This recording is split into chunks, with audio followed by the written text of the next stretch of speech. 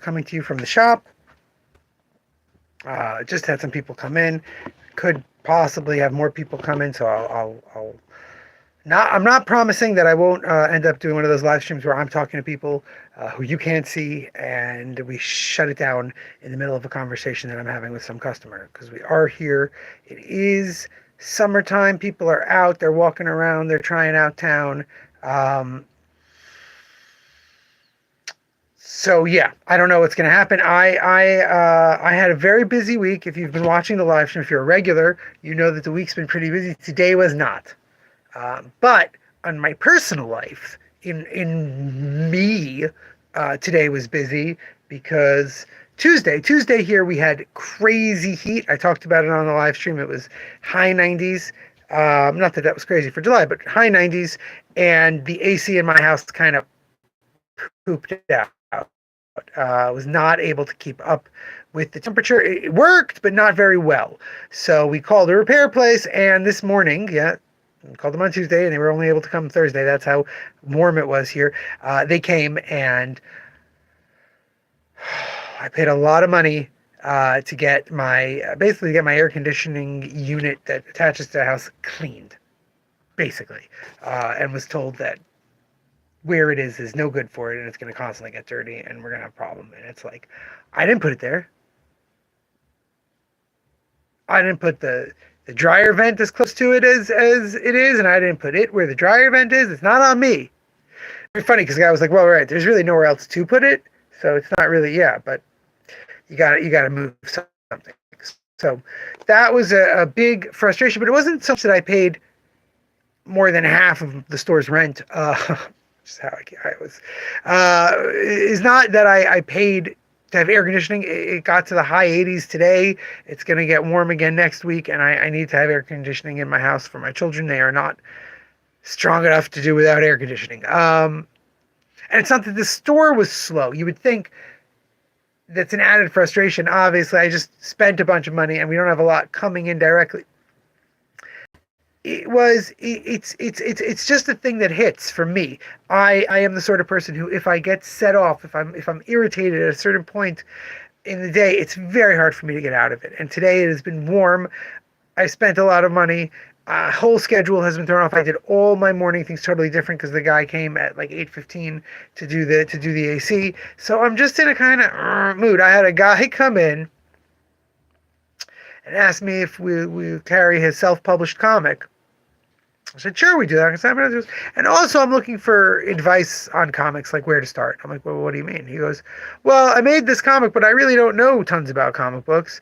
I don't really I've read this, I've read that, but I really want to learn more. I want to make more comics. I want to get, and I was like, again, these are levels. My friend Emily, who usually comes on Thursday and didn't come this week, which is another part of my schedule being all off, has pointed out that she can't even tell, and she's known me for 8 years and been in the shop for now like 4 years straight. She can't even tell when I'm upset with a customer. She doesn't notice. But to me, in my mind, it's glaring when someone says things like, I don't know where to start with comics while trying to sell me a comic book that they made. I'm like, now again, I wear the mask when I'm up at the front counter, so can't really see it, which is really bad because it's made it that I make faces behind the mask. But, what I'm basically doing is, what the hell are you saying? You want me to buy a comic book from you? And the second, before I've even agreed to do it, you're then saying, I don't know anything about comic books and I want to. So again, I don't believe this. I was very polite. But I basically said, well, where do you want to start? Because there's loads to know. So he mentioned that he's read Understanding Comics and he's read these certain books about me. And I was like, okay, good. So you've got the basics down. But it's one of the biggest issues, and we've talked about it this week's live stream a lot. We started on Friday talking about it last week, and we've basically been mentioning it every episode of live stream this week. Let's just see if there's someone there for me to help. Like I said, it's going to be very much one of those live streams. Oh, all right, nope. I thought I heard the door, but I didn't. Let's get a little closer so I can hear. It's very frustrating and difficult to help people get into comic books and try comic books when their thing is, hey, can you help me get into comics? Hey, I like comics. Or as we did on Fridays, I have a whole long story about someone saying, I love the MCU. I've read a few graphic novels. I want other graphic novels. It's difficult because people say they just want whatever will get them into it, but they come with so many preconceived notions, so many ideas of what a comic book is, what they think they want, what they think they know about a character, what they think comic books are. Literally, minutes ago, I had some teens in who've been in here a bunch of times, and one of them picked up this book, Pittsburgh, fantastic book by Frank Santoro. And we're talking literally teenagers, 15, 16, and he goes, excuse me, I have a question. Would I like this? Should I get it? And I'm like, what? And he goes, like, would you recommend this? And I look at him and goes, did you read this? And I said, yeah, it's great. It's terrific. But it's not like, and again, I'm trying not to have preconceived notions about who this kid is and what he thinks a comic is. And so I said, well, do you like slice of life, like everyday stuff in comics? And he says, it's on here, so I'll pull out a different volume. He says, oh yeah, I've read all of Heartstopper. I love it. And I'm like, okay, so Heartstopper has like a romance at the core. This is really, life and everyday occurrences that slowly tell a narrative. They're not so central as the romance of Nick and Charlie. Like, he goes, okay. But here's the thing. How would I even know that he'd even read Heart? Like, it's very possible he could have said, well, I love Spider-Man. So I love New York City because I love Spider-Man. I get things like that all the time. I'm not a college professor. No, I did used to teach high school English. And John, you want a shout out? Shout out to John for asking for a shout out. I don't know where to start. I always tell people, what do you like? And the answers I get, sometimes it's a webtoon that they like. Sometimes it's a movie that they like. Sometimes it's an anime that they like. Sometimes it's an incredibly... Jade wants to know what Jade should draw on Jade's hand. Jade, why don't you draw Sandman? Any Sandman. Sandman from Spider-Man, Sandman from the Golden Age, Sandman from Neil Gaiman.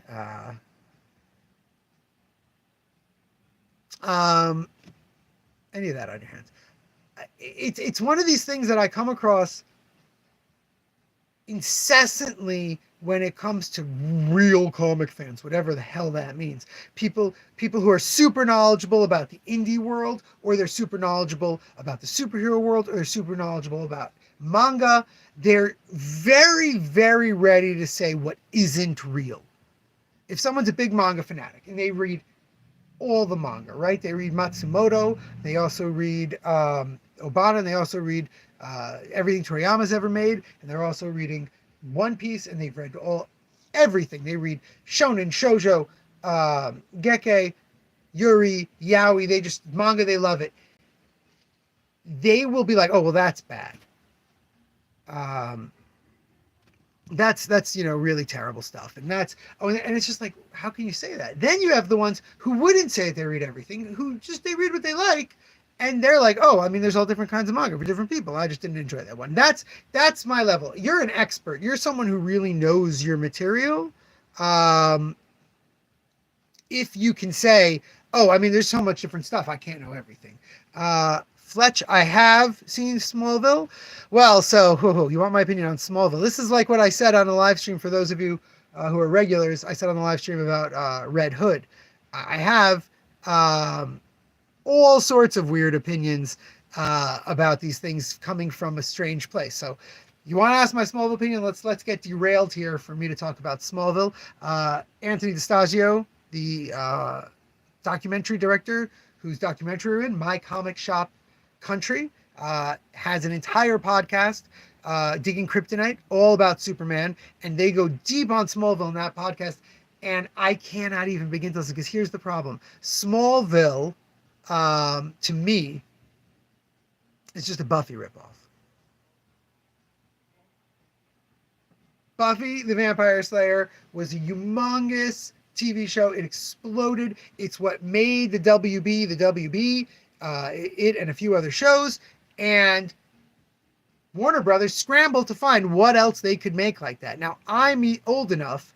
I'm old enough to have watched The New Adventures of Superboy in the 80s. The New Adventures of Superboy was something that I was watching while I was also reading Dan Jurgens and co.'s Superman, 80s Superman before it becomes the 90s triangle era Superman.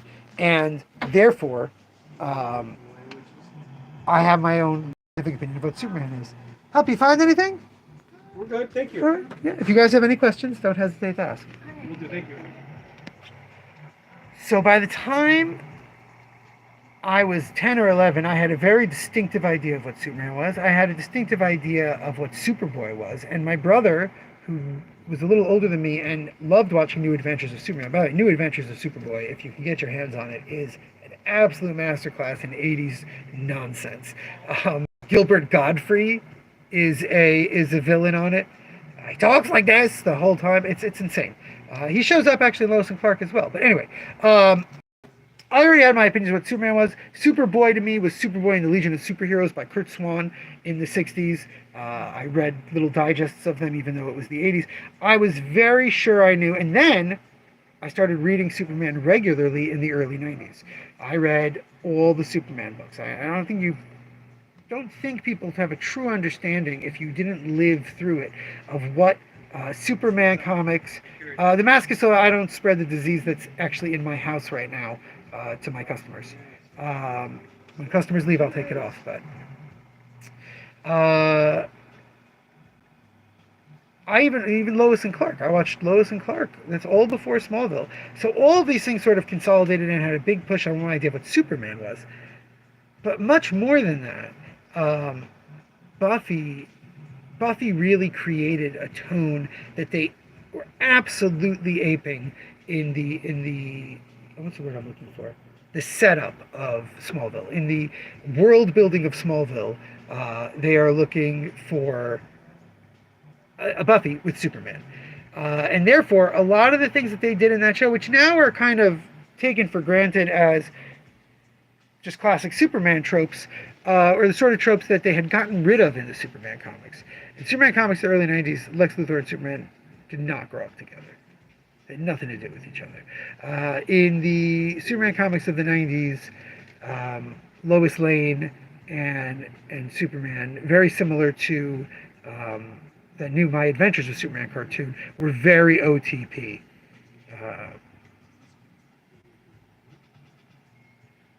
Oh, thanks, Talos. That's really nice. Yeah, these are actually pretty solid, thick masks. But I have to keep as much of my face available for people to hear. The ones you're talking about are great, but they make too much of an echo and a reverb to just talk to customers. But I appreciate it. John Marvel and DC, it all just depends who's writing it. I don't stand any one company. But Smallville upset me, honestly. I sat down to watch Smallville and I went, oh, it's just a Buffy ripoff. And they don't even know they're Superman. Who the hell is Chloe Sullivan? You just get to make a new character when there's so many. Oh, you're welcome. There's so many to choose from. There's so many other characters in Superman's past that you could use. It's really funny because again, looking back now, there's nothing wrong with Smallville. Tom Welling's great. I think his Clark is pretty good. Once you accept certain givens for who Clark Kent is. If you love Smallville and you want to read a great Superman comic, and you don't mind who the creators are, Max Landis' Superman American Alien. Max Landis wrote. Oh yeah, it's definitely a soap opera. That's Warner Brothers. That's WB/CW. That's the whole vibe of it. But you know what? Go and read Superman comics from around the same era. It's also a soap opera. Superman comics up until about 2002 had the little, they call it the, here, I'll show you. They call it the triangle era.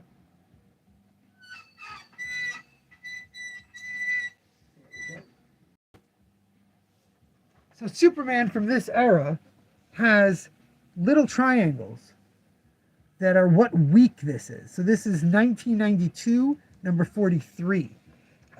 This is 1997, number 5. And what happened was, oh, thanks, House. Please subscribe if you want to try out more. Spider-Man comics are cool if they're good. Well, I don't know if I was perfect Bird Flesh. Definitely recommend if you're really interested, if you want to rewatch and you want to hear a lot of fun stuff, check out the Digging Kryptonite podcast. Digging Kryptonite, all about Superman. But anyway, so this is a 1992 Superman comic, and this is a 1997 Superman comic. But the point was that this is Adventures of Superman. This is Superman Man of Tomorrow. There was also Superman in Action Comics. There was also Superman, and there was also Superman Man of Steel. Between those 5 titles, they were able to put out a Superman book every week. And as much as Adventures of Superman was one thing, and Action Comics was another, and Man of Steel was another, as much as they didn't super connect, they would reference events from 42 and 41, the other comics that had come out. And the editor's job was to keep that all going. And a huge part of what that did was make them into much more of a soap opera, because you could have little tiny subplots with a character that just showed up every couple of weeks in Action Comics, but it could get referenced and it could have impact across the whole line. So I think Smallville definitely tried to keep up with that, but also try to have that episodic freak of the week thing from Buffy, which I think hurt them. They tried to make this overarching romance and secrets and Lex Luthor stuff while also freak of the week, and it hurts. I started liking comics. Is this John? Yeah, I started liking comics, John, before I could read. My older brother was into comics, and I looked at them myself. I still remember, I have it actually here, not the actual one, but a reprint. The first comic I bought with my own money. My brother bought some Avengers comics. He bought some Superman comics. I would read them, but with my own money. The first comic I ever bought was... Where are you? Where are you, sweetie? There we go. Eastman and Laird's Teenage Mutant Ninja Turtles, Tales of the TMNT, number 28. Now, let me tell you, buying this comic in 1988 messed me up, because the Ninja Turtles had just dropped, the cartoon was huge, it was everywhere, and I heard, oh, they have comic books. So I was in a local bodega in the Bronx, right where I grew up, great comic sources and all these bodegas, and I went, whoa, what's this? Who's this lady? Why is she half fish? She must be a mutant. Hey, Mark. And I picked up this book. This is the opening page of this comic book. And I went, whoa, this is black and white. Comics are black and white? I didn't know that indie comics were black and white. And then, from that opening, 2 pages of a silent, the great Jim Lawson, great Stephen Murphy. I was hooked. Somebody just reached out of the water and grabbed this freaking eagle. What? And it's a comic where the turtles, again, how they were originally drawn, not, this isn't by the original creators, but it's done in the style of the original creators. The turtles escaped from New York recently. They're discussing all their stuff, and they run into, oh yeah, Mark, the paneling, Lawson's amazing. They run into these fishmen. And I don't want to give too much away. I definitely recommend, if you can find this comic online, Tales of the TMNT, number 28. Definitely read it. Even you're not going to be able to find it in much except Teenage Mutant Ninja Turtle Classics, Volume 5. I don't even know if that's in print, so I can't. But the end is super gut-wrenching about the story, the plot line, but also how it affects the turtles and their mentality. And I went, what did I just read? I knew the Teenage Mutant Ninja Turtles, Cowabunga, Pizza. I read Spider-Man and Avengers. This book broke me, and I went, I need more. So from then on, I was seeking all the comics that I could find. Hi, Anastasia. I don't know if I know you. Mostly people who know me for years and years and years call me Nuke, but let's pretend I know you. Hi. That's when I really went from buying a few of my brother's comics to getting hardcore into comics. First series I collected, Amazing Spider-Man, right after Todd McFarlane left. Right before Venom shows back up. And that was like, okay, I need to get this every month. I got into the Supermans probably by 93, 92. I definitely bought this issue. And then, yeah, I read comics regularly. Oh, well, welcome, Anastasia. I read comics regularly till about 1999, 2000. I aged out of them at the time, though, again, there's plenty of stuff that was mature and old enough for me, but it's very hard to think that when you're 17 or 18. And got right back into them 2002, 2003, but without any like interest or attention to 95% of the superhero stuff out there. Oh yeah, I can imagine that. Especially if when Walking Dead came out, if you really only knew the mainstream stuff, the Ultimate stuff was huge at the time, Marvel's Ultimate or DC stuff. It was all very slick, and comic shops were not the way they were. When I discovered this book in a bodega in 1988, if I had tried, it wouldn't have been too hard in other bodegas and other comic shops to find more black and white and indie stuff. In 2002, if you went into a comic shop that was not indie friendly or indie facing, they'd have Walking Dead and they had some other Image stuff, but nothing was in black and white. They weren't carrying Cerebus, which was about to end with its print run at about 10% of what its print run had been when it started, when it probably 1% of its print run when it was at its height. Ninja Turtles hadn't been black and white for a decade at that point. So yeah, black and white can really blow your mind, and black and white can allow for so much. It's really funny is to get these people who cross over from manga. I get lots of customers who love manga and they want to get into Western stuff, and I show them something like this or you know, Cerebus comic or something with gorgeous black and white and amazing grayscale, and they go, oh well, you know, I like my comics in color. And I'm like, you read manga, but you like your comics in color. And they go, I don't know, comics should be in color. Manga can be black and white, but, you know, and that's insane to me because this is like, this is stunning stuff. I mean, I can't get into it here, but if you go look at these backgrounds, that's Gerhard drawing every single one of those grains of wood with his ink brush. Like, come on. But anyway, yeah, it's very, very difficult nowadays to get people into this stuff because of what I said before, the preconceived notions. Comics are only in color. Comics have to be funny. Comics have to be serious. Spider-Man is this. Spider-Man is that. My daughter, it's a teen, and I were talking about Superman. She loves Superman. Again, don't get into it. Mark's known me since before my kids were born. Try not to push any of my interest directly on them. We read a lot of comics in the house. They read a lot of comics. She got into Superman very much on her own after she was like 15. She's like, I want to read more Superman comics. I said, okay, here. I gave her All-Star Superman. We gave her Birthright, a Superman American Alien that I recommended. And she got into Superman on her own. And so she watched that new adventure, My Adventures with Superman, right? The Adult Swim one. And she goes, yeah, I couldn't stand it. It's not Lois Lane. Now, again, like I said, I try not to push on my kids. And I went, that's not Lois Lane? And she said, yeah. I'm like, she's literally lying to people to get the story that she wants. How is that not Lois Lane? And she goes, Lois Lane is, you know, and I'm like,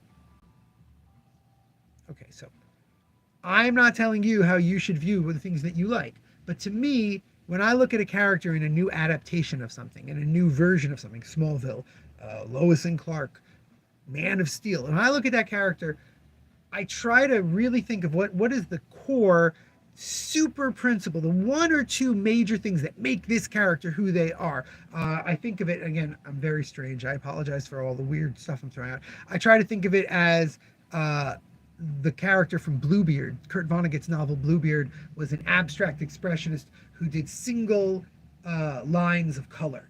And that he said the single lines of color represented souls. Each single line of color is someone's soul. It's a story about different people if there's different colors. So to me, I think, what is their color? What is their soul? And Lois Lane to me is, she cares about the truth above everything for herself. Like, she needs to know the truth, and she's an army brat, for want of a better term, not Brat Summer brat.